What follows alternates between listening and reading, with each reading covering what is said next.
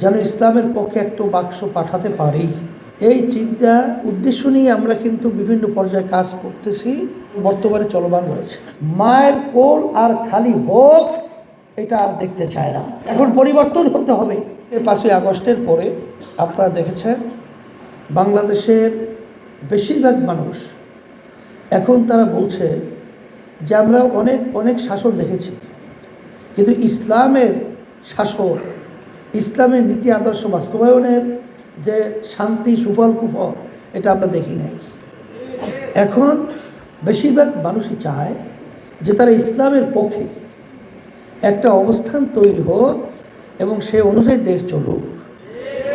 সেই হিসাবে আপনারা জানেন যে বাংলাদেশের ভিতরে যে ইসলামের দলগুলো রয়েছে, সমমনা দল, আমরা সবাই আলহামদুলিল্লাহ নির্বাচনের সময় যেন ইসলামের পক্ষে একটু বাক্স পাঠাতে পারি, এই চিন্তা, এই উদ্দেশ্য নিয়ে আমরা কিন্তু বিভিন্ন পর্যায়ে কাজ করতেছি এবং বর্তমানে চলমান রয়েছে।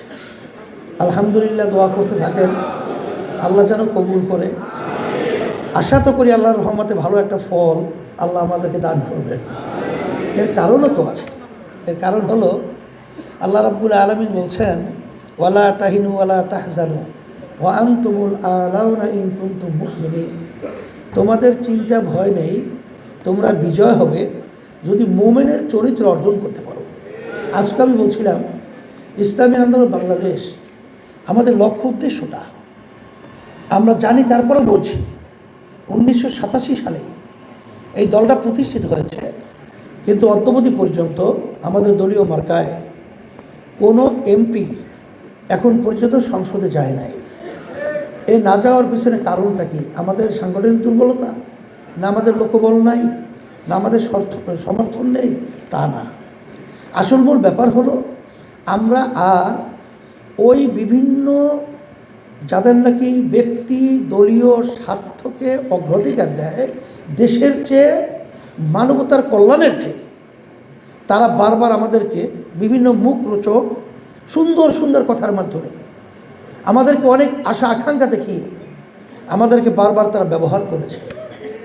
আমাদেরকে সিঁড়ি বানিয়ে ওরা ক্ষমতার মসনদে উঠে, আসলে বাস্তবতা আমরা দেখেছি তামাম দুনিয়ার মধ্যে একবার দুইবার নয়, তারা এই সুন্দর দেশটাকে 5 বার দুর্নীতিতে চ্যাম্পিয়ন, চোরের দিক থেকে ফাঁস বানিয়েছে।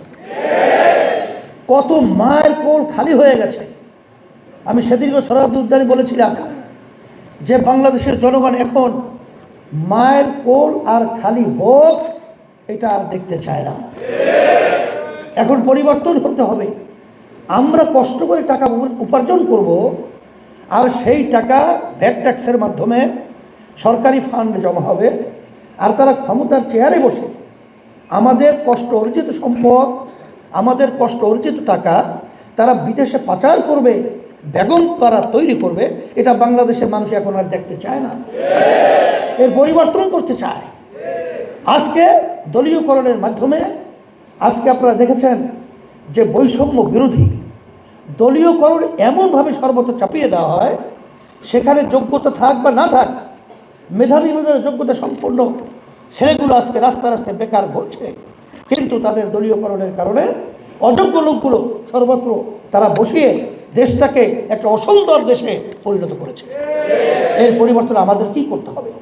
সেই হিসাবে আপনারা জানেন যে ইসলামী আন্দোলন বাংলাদেশ আমরা চাই যে আমরা যেন আরও ওই স্বার্থন্বেষী মহলদের আর আমরা সিঁড়ি হিসাবে পরগাছা না হই, ইসলাম নামক গাছটা বাংলার জমিনের ভিতরে বৃক্ষ বট এর চেয়েও মজবুত হয়ে মসনদে বাংলাদেশের সংসদে তারা উড্ডীন হবে এবং সুন্দরভাবে এই দেশ এবং মানুষ সুন্দর বসবাস করার পরিবেশ তৈরি করবে। এই আশায় ইসলামী আন্দোলন বাংলাদেশ কারোর সাথে কখনোই আমাদের আদর্শ বিকাই নেই।